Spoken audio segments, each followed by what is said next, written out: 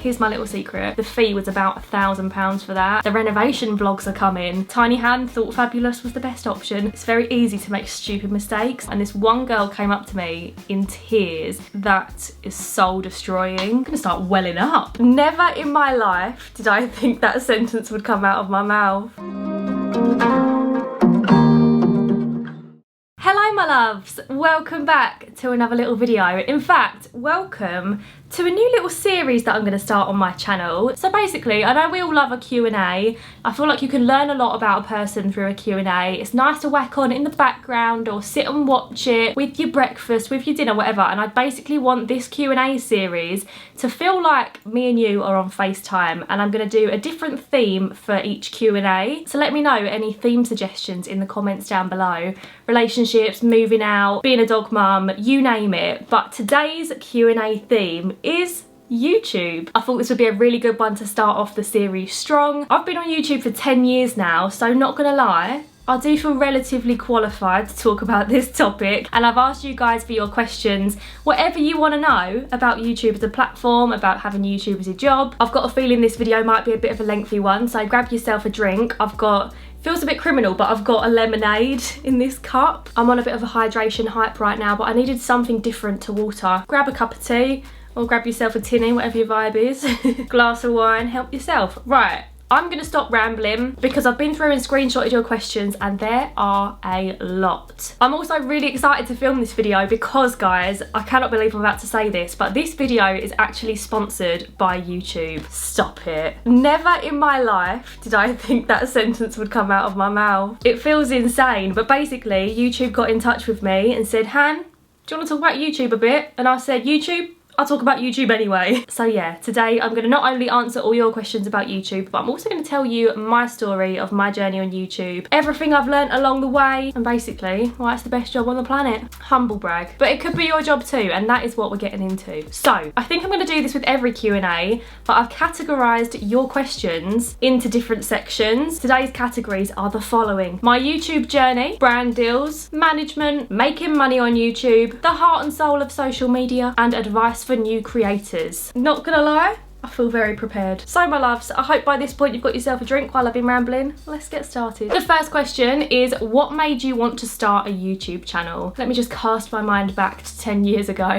Long, long ago in a land far away. In a nutshell, when I was 15, I watched a lot of YouTube. So I was definitely inspired by other creators.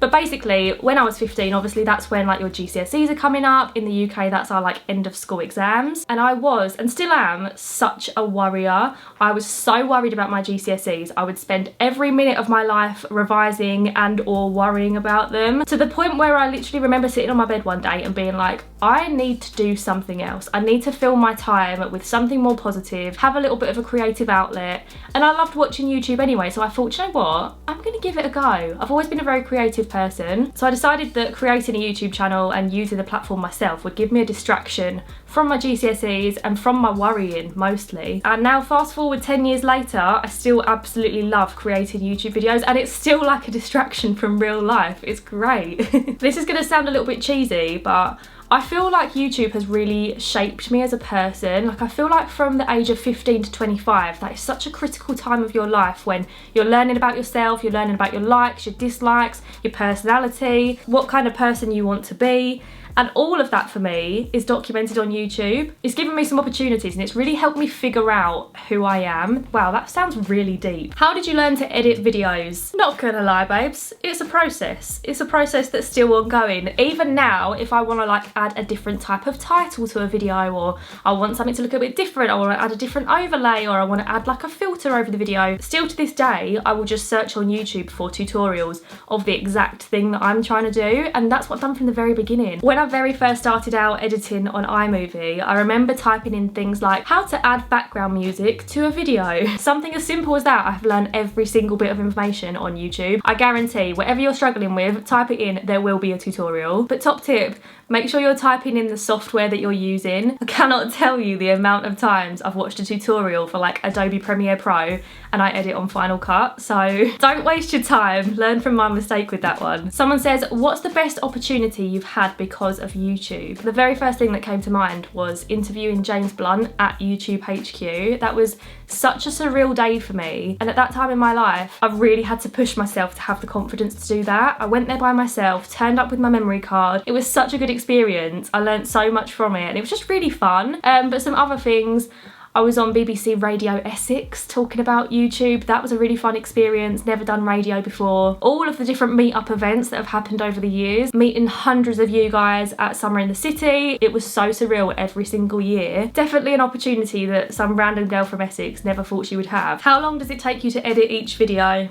Girl, do you even want to know? To be fair, I know that it doesn't take everyone this length of time, so don't let this put you off, but I would say for me, probably a minimum of 6 hours, and that's like if it's quite an easy video to edit with no background music or nothing fancy, you know? And that's normally a shorter video too. But say like, for example, my weekly vlogs, I normally edit them over a couple of evenings during the week, and I would say all in all, if I had to guess, it would be between like 12 and 15 hours per video. And the last question for this little section of the video are, what are some of your favourite YouTube memories so far? Again, this took a little bit of time to think about, but I think one of my favourite memories was watching my sub count tick over to 1,000 subscribers, because that is such a big milestone, and I feel like when you start your channel, gaining that audience at the very beginning is such an exciting time, and when you start making videos, that's like in your wildest dreams, but it's so achievable and it takes hard work and determination to get there. But I remember sitting in my bedroom on my computer with my mum sat over my shoulder watching it, and it was like 998, 999, and then it said 1,000, and my mum was like, well done. And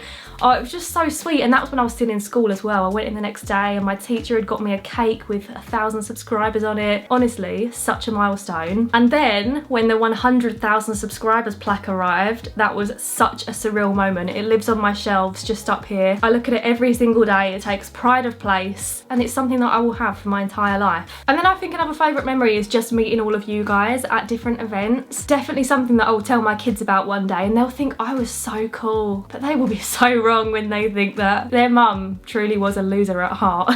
Moving on to the second category, which is brand deals. I have a lot of people in my real life ask me about brand deals as well, just because I think it's fascinating to people. And the first question is, how do sponsors / brand deals actually work? I feel like this question is a good place to start. So basically, a brand deal or a sponsorship is when a brand will pay you to advertise their product or their service within a YouTube video or social media content in general. They'll send you the product, you try it out, you tell your audience about it if you love it, and then you'll usually have like a specific link to take them to that product or to that service. In my head, it's kind of like a TV advert, like that's going out to thousands of people. It's kind of the same, but instead of brands putting their money into like TV spend, they put it into an influencer spend who's got a very niche categorized audience. So for example, like a skincare brand, they could put a TV advert out and it could be on at 7 o'clock in the evening, but there's a whole range of demographic that would view that. Or if a brand want to like target a specific target market, for example, maybe they would come to my channel because most of my audience are female, are like between 15 and 30. If they want to target that age group, instead, if they pay me to advertise it, they know that their target market is right there. And the way that it actually works is different, I guess, whether you're with a management or not. Sorry, I feel like I'm talking so much, but I could just honestly talk about this topic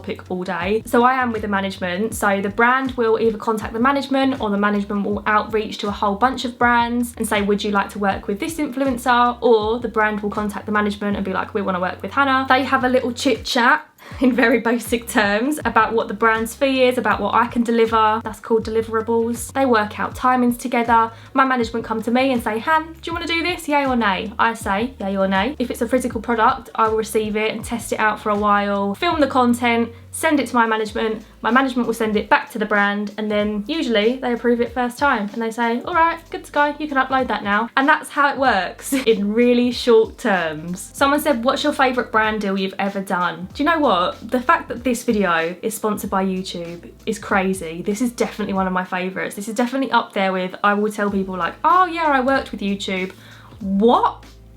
But I also always love working with skincare brands. I think because it's something that I'm genuinely really interested in. I like to look after my skin. I recently did a job with Olay and I loved every second of shooting that content. But also, do you guys remember, some of you will have been here for this, it was quite a while ago now, but I did a brand deal with The Body Shop and I was the face of their mango body butter in stores up and down the UK, and it was insane. Like, physically in the shop, my face was on it. When that campaign was running, I visited as many body shops as I physically could to go and see my face, just to be like, oh my god, there I am again. Again, like, what an opportunity. I'm literally just a random girl from Essex. This next one is a good question.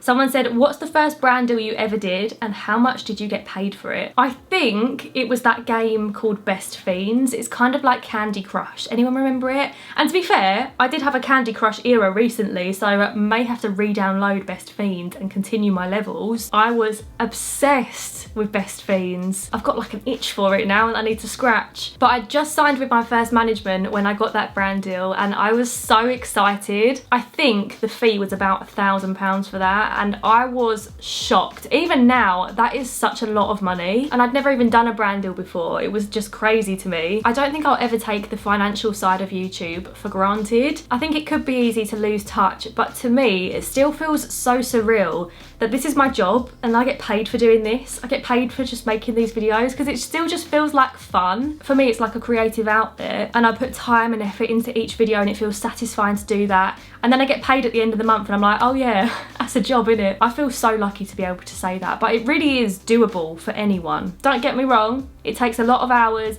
takes hard work, planning and creativity, but I cannot stress to you enough, I am just a normal person and I managed it. Someone said, have you ever had a cancelled brand deal? So you've produced the work and the brand haven't liked it, etc. I don't think so, not from my memory anyway, but usually contracts are signed before the creator creates any content. I guess that's like to avoid that happening. Are there any brands you've worked with that you wouldn't work with again? Yes. So I worked with quite a medical brand in the past, but I didn't really realise that at the time. And it's just the nature of that brand. Like, when you work with quite a medical product, there are so many do's and don'ts. You can say this, but you can't say that. And it just got to the point where I felt like I had very little creative control. I way prefer it when a brand trusts that you know what you're doing and you know what tone works best with your audience. Like this video, for example, it's sponsored by YouTube, but they basically just said, Han, tell your story. And I said, okay, and they've let me run with it, and that's what this video is. It just feels way more natural, probably because I could talk about this topic for England. Honestly, if there's a contest, put me forward. I feel like I should have put these next two questions in the last category, but never mind, we continue. Are YouTube thumbnails important for getting views?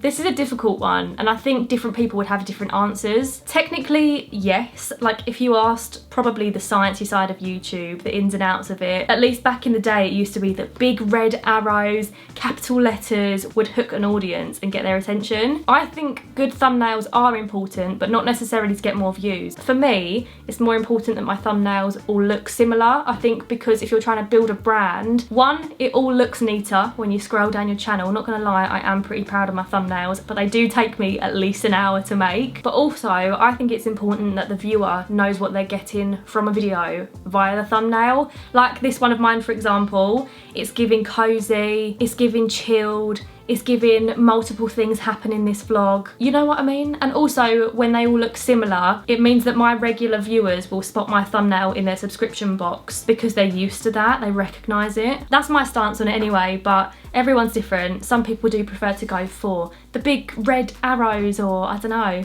the capital letters. Just let this car go past my window. Don't mind me, hun. Just chatting. This lemonade is really hitting the spot, not gonna lie. The next question is, what's your favourite memory that you've captured on YouTube? This answer is so easy for me. It's the day that I brought Sunny home, my little puppy, the love of my life. She is genuinely my world. I'm so glad that I vlogged those first few days when she came home because I look back at that video so often. I'm about to go into full dog mum mode now, but it's so easy to forget how tiny they once were. And those first few days, you only live those once, and I'm so glad that I can go back and watch it and literally see her come into the house for the first time, eating her little puppy food out of her puppy bowl. I was so excited to bring her home, and that video honestly fills my heart with joy. Category number 3. This category is, drumroll please, I've already said it, but it's management. And I've already kind of touched upon this in some of my last questions. But anyway, the first question is, how does management work? Do you apply to them or do they come to you? In my experience, I've been signed with 2 different managements and both times they have come to me. Do you pay your manager / what's the contract between you? This is a good question actually, because it's something that I wouldn't have thought about if I hadn't been in this industry. But basically, managers take a certain percentage of your earnings from your brand deals, not your YouTube ad revenue, but they find you the jobs. They've got the contacts, they've got the brands, they put you in touch with them. I create the content, the brand pays the management, and the management pays me my percentage. And for every job, you tend to get 2 documents sent to look over. The first being the brief and the second being the contract. And in the contract, it states the overall fee, and I just deduct my management's percentage from that and make a note of it in my notes. I am such a list maker. I just find it easier to keep track of what I'm earning, and the brief document is where the brand will tell you kind of like the campaign goals or the message they want to get across, explaining the product, explaining the key messages, that kind of thing, you know? So the brief is more about the actual content, the contract is like the legal part. Thank God for my management. Those guys know how to read a contract. I just filmed the vids. I'm so sorry if the lighting is changing a little bit, by the way. It's starting to get dark now. That's how you know you've been talking for too long. But anyway, moving on to category number 4, making money on YouTube. First up, do you make money from views or ads? There are many ways to make money on YouTube, from the ad revenue generated from each video, to the brand partnerships, sponsoring your content, to product affiliate links in the description where you get a small commission if someone buys a product through your affiliate link. So a little bit of everything is your answer. What's the best thing you've been able to buy because of your job? I feel like you were wanting a juicy answer for this question, but I'm really not much of a spender.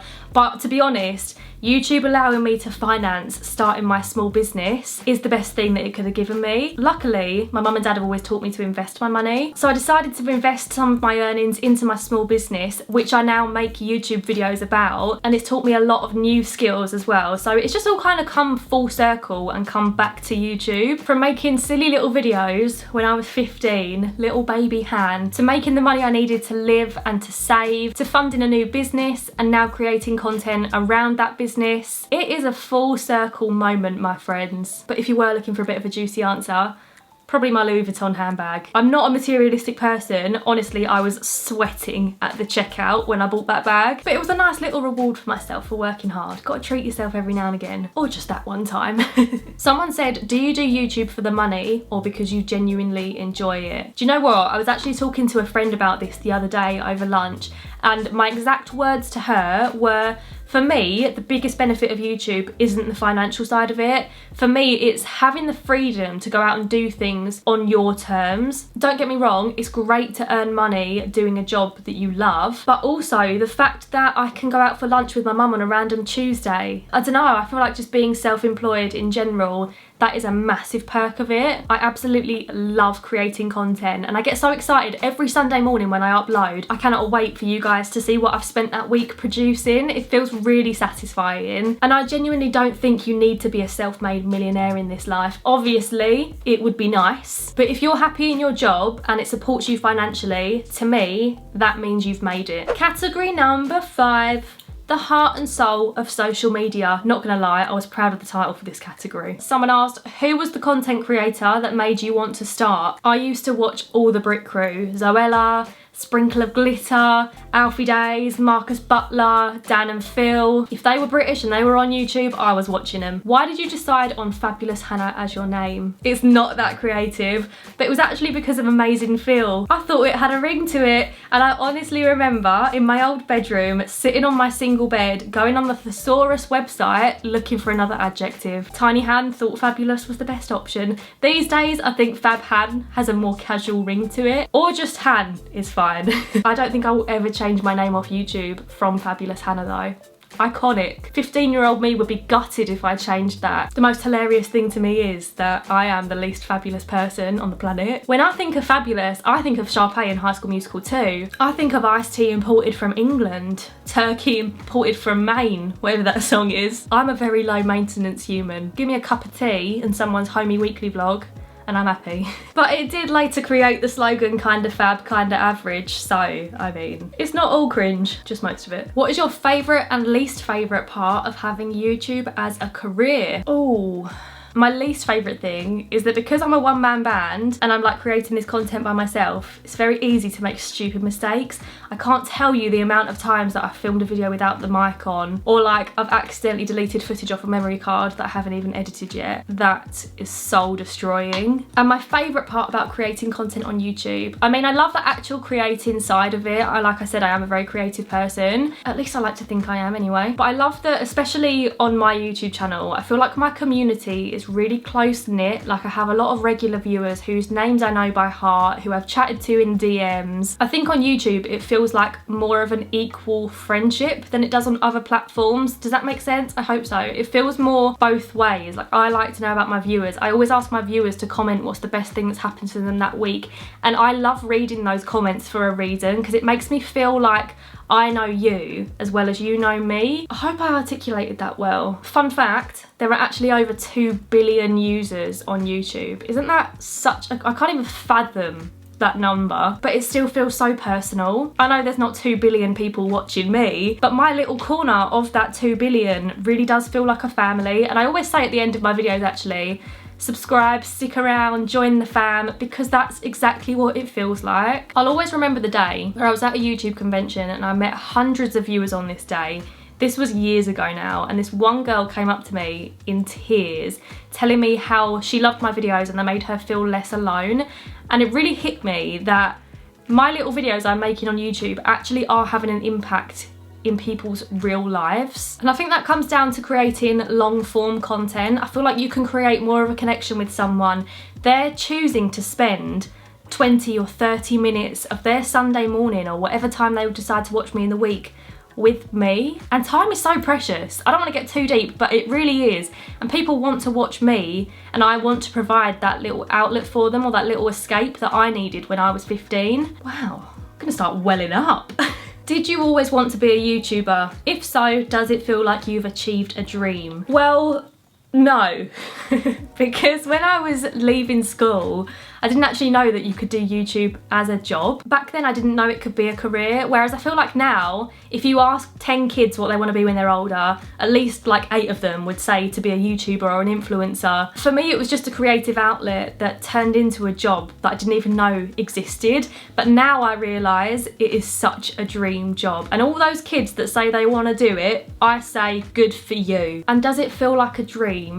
Do you know what, for me, the moment where I feel like I've made it on YouTube, it's not when my plaque arrived, it's not when I bought my first house because of YouTube, it's actually when I get messages from my viewers on a Sunday morning telling me that I'm part of their Sunday morning routine. That is crazy, because I have that same routine with other creators, and the fact that I'm part of someone's daily life, I find it bizarre. And when people send me photos of my video up on their TV in their lounge, in their home, it's such a surreal feeling. I can't believe you guys want to spend time with me. Thanks. If you all made videos, I'd watch all yours too. And I honestly mean that. Is YouTube genuinely your favourite social media platform? I'm not going to say this just for the sake of saying it. I love all different social media platforms for different reasons, but if I had to only keep one, it would 100% be YouTube. I think from a consumer's point of view, you can learn on YouTube, you can be entertained on YouTube, and from a creator's point of view, YouTube definitely prioritise creators on their platform. Whether you're a beginner or you're an OG, YouTube as a platform want you to do well. Other platforms will come and go, but for me, YouTube is here to stay.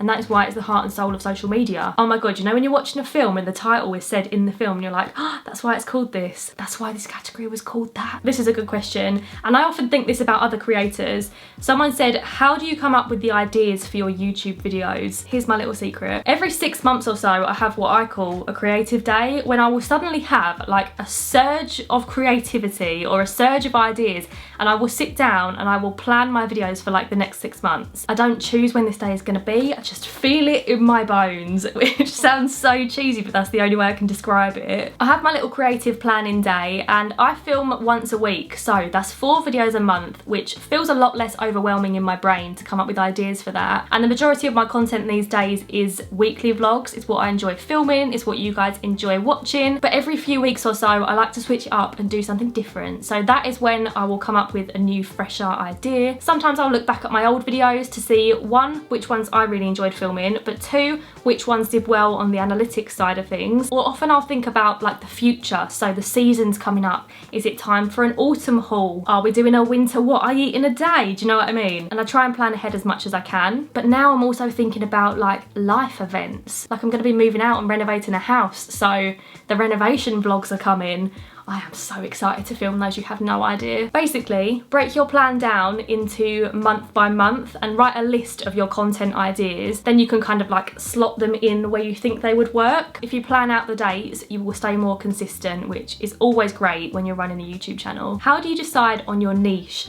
I want to make sure my videos stand out. My videos are so normal, and I used to worry that I didn't have a niche, but actually I think being normal is my niche. There's so many different types of content on YouTube that everyone has something that they want to watch. Whether you like travel vlogs or you like to see like influencer lifestyles, you know, like when people go to events and stuff like that. It can be quite hard not to compare yourself to those people, but I like to watch the normal, relatable, everyday kind of content. I want to see someone doing their washing up after they've eaten dinner. It's what I find interesting. I like to see people's daily routines, what they do in an evening. And although I think the experiences that come with being a YouTuber are incredible, I think a lot of people also want to see the relatable side of life. So I think finding your niche, find what you enjoy, and kind of think about the message that you want to give through your videos. Do you want someone to be like, oh my god, this is hilarious? Do you want someone to be entertained? Do you want someone to be able to relate to you? Do you want to be informative? Have a think about your end result and what you want people to feel when they watch your videos. Oh, someone asked, who are your favourite YouTubers? Let me have a look at my sub box right now. So the people whose videos I click on straight away in my subscription box: Alice Thorpe, love her weekly vlogs. Brandon and Erin's baby content, Sydney Crouch's baby content, Gabby's vlogs. I basically love real life, but also Ellen O'Neill and Molly Westbrook if I'm fancying a bit of true crime. Is there any aspect of YouTube you wish still existed? I miss watching collabs. I also just miss being 13 though. Like the excitement when the Brick Crew would upload a collab with each other, that feeling was unmatched. And the last question for this category is, what's one thing that surprised you about being on YouTube? It's making genuine friendships. When I was 15 and I started and I was filming videos out in my parents' summer building in the garden, never did I think that I would meet people in real life because of that. And the fact that I've made those friendships